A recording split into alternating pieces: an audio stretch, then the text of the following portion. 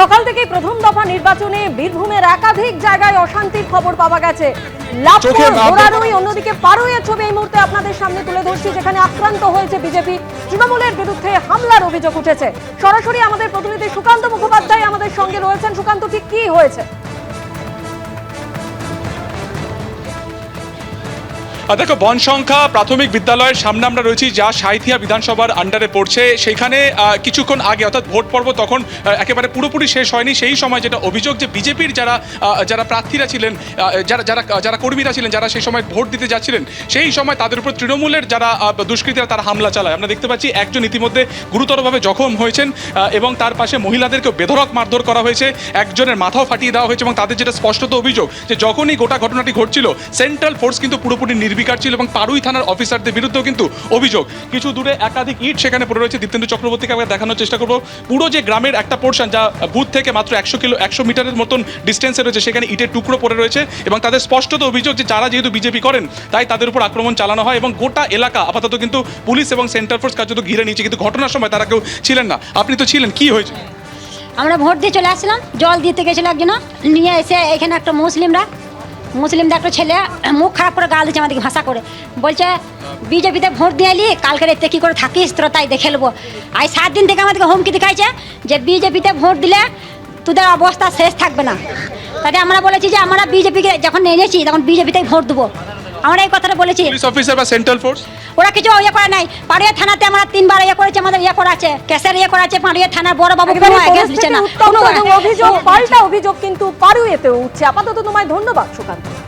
শুধুমাত্র কেন্দ্রীয় বাহিনীর জওয়ানদের লক্ষ্য করে এই বৃষ্টি নয়, একই সঙ্গে পুলিশের গাড়িতেও ভাঙচুর চালানো হয়েছে। এখন কি অবস্থা সরাসরি জানবো, প্রতিনিধি ভাস্কর মুখোপাধ্যায় রয়েছেন আমাদের সঙ্গে। ভাস্কর, কি অবস্থা এখন এলাকার এবং যারা এভাবে বৃষ্টি করলো, কোনো ব্যবস্থা কি নেওয়া হয়েছে তাদের বিরুদ্ধে?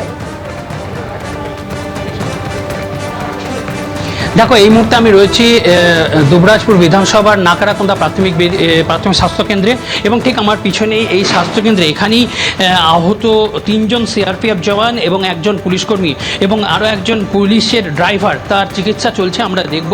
এবং যেটা জানা যাচ্ছে মূলত পাথর এবং ইট ছোড়ার জন্যই এনারা আহত হয়েছে। এই মুহূর্তে দেখতে পাচ্ছি একজন পুলিশকর্মী রয়েছে, একজন ড্রাইভার রয়েছে, তারা পাশাপাশি রয়েছেন, তারা ইনজিউরি হয়েছেন এবং ঢিল ছোড়া এবং পাথর ছোড়ার জন্য, ইট ছোড়ার জন্যই তারা ইনজিউরি হয়েছেন। এবং এখানে রয়েছেন সিআরপিএফ জওয়ানরা রয়েছেন। এই দেখুন, একজন সিআরপিএফ জওয়ান আমরা দেখব যে তার মুখে আঘাত লেগেছে এবং তার যেটা জানতে পারছি এখানকার হাসপাতাল সূত্রে যে তার এক্সরে প্রয়োজন হচ্ছে, তাই তাকে সিউড়ি সদর হাসপাতালে কিছুক্ষণের মধ্যে পাঠানো হবে। আর একজন জওয়ান এখানে দাঁড়িয়ে আছেন, তার হাতে ইনজিউরি হয়েছে এবং একটা জিনিস খুব পরিষ্কার, তারা জানাচ্ছেন যে বেশ কয়েকজন সেন্ট্রাল জওয়ান এখানে দাঁড়িয়েছিলেন যখন হঠাৎ করে উত্তপ্ত হয়ে ওঠে এলাকা এবং তখন তারা নিয়ন্ত্রণ আনার যখন চেষ্টা করছিলেন, সেই সময় চারিদিক থেকে ইট ছোড়া শুরু হয় এবং যেহেতু তাদের মাথায় কোনো হেলমেট ছিল না, তারা যতটা পেরেছেন নিজেদেরকে রক্ষা করেছেন, তার মধ্যে এই ইনজিউরি হয়েছে। এবং শুধু সেন্ট্রাল ফোর্স শুধু ইনজিউরি হয়নি, পুলিশকর্মী যারা ছিলেন ওখানে এবং ঘটনাস্থলে যারা মোতায়েন ছিলেন তারা ইনজিউরি হয়েছে। আমরা দেখতে পাচ্ছি পুলিশকর্মীর হাতে লেগেছে, তার হাতের বিভিন্ন অংশে লেগেছে। একইভাবে যিনি ড্রাইভার ছিলেন, অর্থাৎ গাড়িতে যে ভাঙচুর চালানো হয়েছিল সেই ড্রাইভার, তিনিও ইনজিউরি হয়েছেন এখানে আমরা দেখতে পাচ্ছি। একটা জিনিস খুব পরিষ্কার যে এখানকার গ্রামবাসীদের একটা অংশের অভিযোগ ছিল যে এখানে যে তারা ভোট দিচ্ছেন, একটা দলকে ভোট দিচ্ছেন কিন্তু অন্য দলে গিয়ে ভোট করছে, এই অভিযোগ তারা তুলেছিলেন। এবং তারপরে এলাকা উত্তপ্ত হয়ে ওঠে এবং সিআরপিএফের যারা জওয়ান ছিলেন তাছাড়া অতিরিক্ত সিআরপিএফ জওয়ান সেখানে পাঠানো হয় এবং পরিস্থিতি নিয়ন্ত্রণের চেষ্টা করা হয়। এবং সেই সময় হঠাৎ করেই এই ইট বৃষ্টি শুরু হয় এবং এমনভাবে ইট বৃষ্টি চারিদিক থেকে শুরু হয় যে জওয়ানরা পালাবার কোনো পথ ছিল না, তারা আটকে গেছিল এবং এক প্রকার তারা ওখানে দাঁড়িয়ে গেছিলেন। তারপরে এই ইনজুরি হয়েছে এবং তাদেরকে এখন নাগরাকুন্দা প্রাথমিক স্বাস্থ্যকেন্দ্রে নিয়ে আসা হয়েছে। ধন্যবাদ ভাস্কর।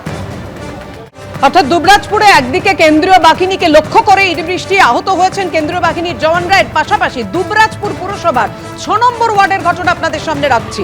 উত্তেজনা তৈরি হয়, বিজেপি সমর্থকদের হুমকির অভিযোগ তৃণমূলের বিরুদ্ধে। পুলিশ ও কেন্দ্রীয় বাহিনী গিয়ে এলাকাবাসীকে ছত্রভঙ্গ করে দেয়।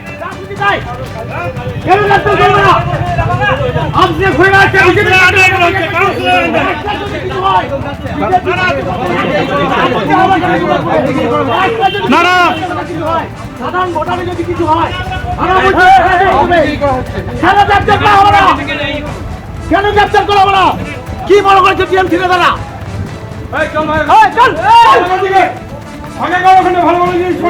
দুবরাজপুরের ছবি আপনারা দেখছিলেন, অন্যদিকে সকাল থেকেই আপনাদেরকে দেখিয়েছি কুমারগঞ্জে ঠিক কি পরিস্থিতি তৈরি হয়, কিভাবে দফায় দফায় উত্তেজনা ছড়ায়। একসময় দেখা যায় বিজেপি প্রার্থী তার এজেন্টকে ঢুকতে দেওয়া হচ্ছে না এবং তারপরে বিজেপি প্রার্থী তৃণমূল কর্মীদের ধাওয়া করেন এবং পাল্টা ওই বিজেপি প্রার্থীকে রাস্তায় ফেলে মারধর করা হয়। এই মুহূর্তে এই ঘটনায় আপনাদের জানিয়ে রাখি 5 জনকে গ্রেপ্তার করা হয়েছে বলে খবর। এলাকায় কেন্দ্রীয় বাহিনীর তল্লাশি চলছে।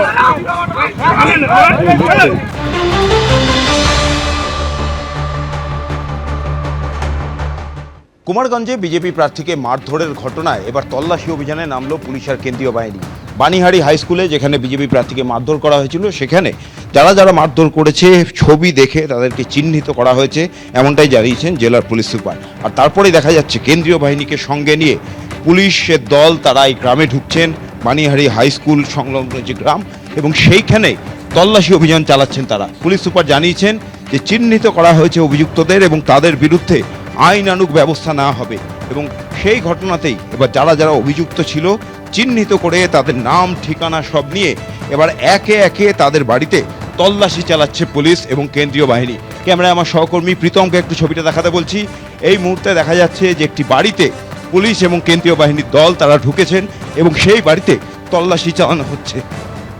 এখনো পর্যন্ত দেখা যাচ্ছে যে এই বাড়িতে তালা দেওয়া, কেন্দ্রীয় বাহিনী এবং পুলিশের দল তারা বাড়ির বিভিন্ন দিক দিয়ে তারা ঘুরে দেখছেন এবং সেই বাড়িতে এই মুহূর্তে কেউ নেই। অভিযুক্ত যারা ছিল বিজেপি প্রার্থী শুভেন্দু সরকারকে মারধরের ঘটনায় তাদেরকে চিহ্নিত করে পুলিশ এবং চিহ্নিত করে তাদেরকে একে একে তাদের খোঁজে তল্লাশি চালানো হচ্ছে। এই মুহূর্তে একটি বাড়িতে পুলিশ এবং কেন্দ্রীয় বাহিনীর দল তারা এলেন, কিন্তু বাড়িটি তালা বন্ধ অবস্থায় রয়েছে। তারপর আবার গ্রামের রাস্তা দিয়ে কেন্দ্রীয় বাহিনী তারা টহল দিতে শুরু করেছেন। একাধিক ব্যক্তি ছিল এই শুভেন্দু সরকারকে মারধরের ঘটনা এবং গোটা ঘটনা ক্যামেরাবন্দি হয়েছে এবং সেই ছবি দেখেই কিন্তু একে একে অভিযুক্তদের চিহ্নিত করে পুলিশ এবং তাদের খোঁজে এই মুহূর্তে তল্লাশি চালানো হচ্ছে গোটা এই বানিহারি গ্রামে।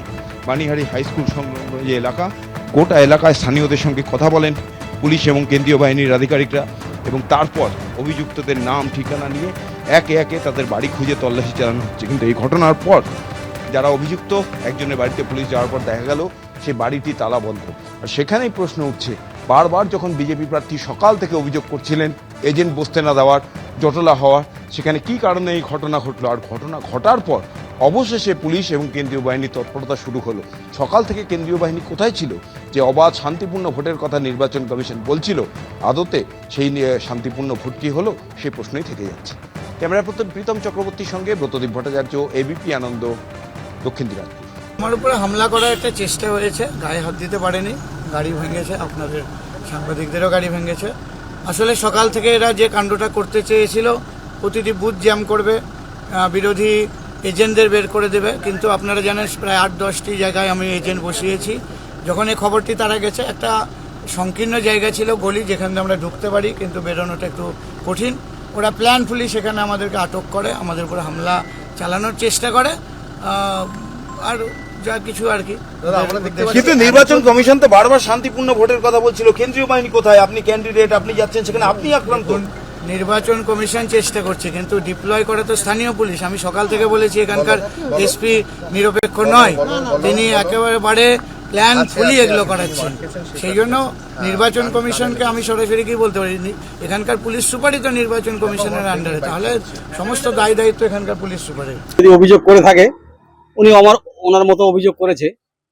তৃণমূলের ওখানে কেন্দ্রীয় বাহিনী আছে, বুথ জামের কোনো চেষ্টা হয়নি, আমি সেখানে গেছিলাম এবং যেটা আমি সংবাদ শুনলাম, ওনাকে হয়তো কেউ যদি অপমান করে থাকে সেটা তো কাম্য নয়।